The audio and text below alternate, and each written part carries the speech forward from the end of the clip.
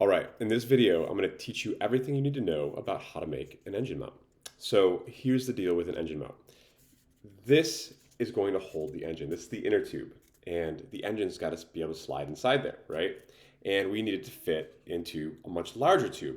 Oh, that doesn't work, right? So how is it that we can create a bridge from something that's this diameter to something that's this diameter? Well, you use cool rings like this. But before you use these cool rings, you want to make sure that there's a way that the engine doesn't slip out, okay? And that's using this little clip here, right? So you have to make a small little incision inside of the inner tube, and that allows you to slide the little clip into place here, okay? See that? Okay, cool. Now, you want to slide this ring over that clip, so now the clip remains in place, okay?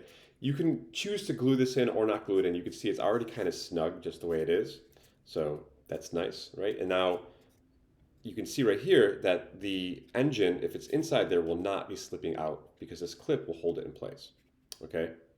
The second thing you need to know is that on the opposite side of the inner tube, right, so here's the side with the clips hanging over, but on the opposite side, we need to put this, which is called the engine block. And it's called the engine block because it blocks the engine, all right?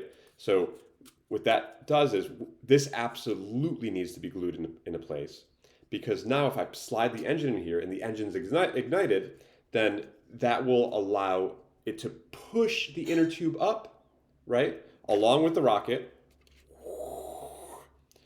And this blocks the engine from actually flying through the inner tube up into the middle of the rocket and therefore setting the entire rocket on fire. So this is so crucial and so important to be there.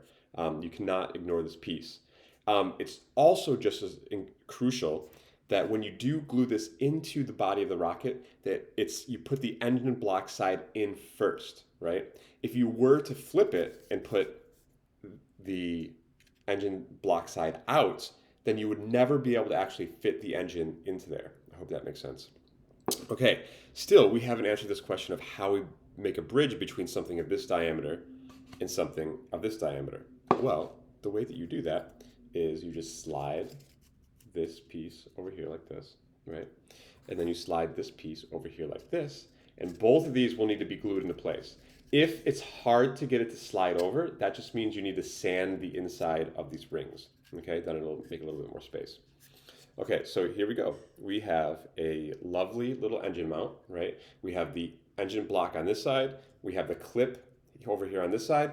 And now we're going to want to find out how deep that goes into the rocket, right? That deep, right? Which means that at that at that depth, we need to rub a little layer of wood glue around the inside, right?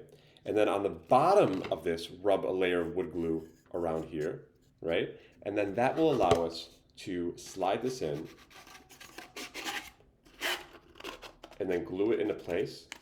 And then you have a nice little engine mount locked into place inside here. These need to be glued, very important. Otherwise, again, it's going to cause the engine's going to cause that to fly up into the middle of the rocket and burn the rocket up in flight.